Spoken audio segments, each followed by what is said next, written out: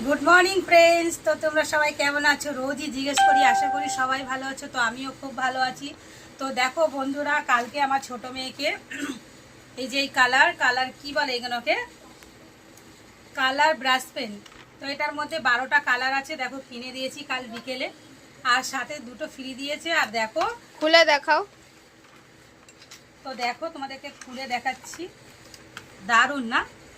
দেখো 12টা কালার, আর এর সাথে এই দুটো ফ্রি দিয়েছে।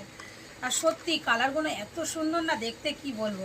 আর দেখো সাথে এই দুটো কার্ড দিয়েছিল, তো এই দুটো ও কালার করেছে, একে কালার করেছে। তো কেমন হয়েছে তোমরা একটু কমেন্ট করে জানিও। একটু কাছ থেকে দেখাই, দেখো।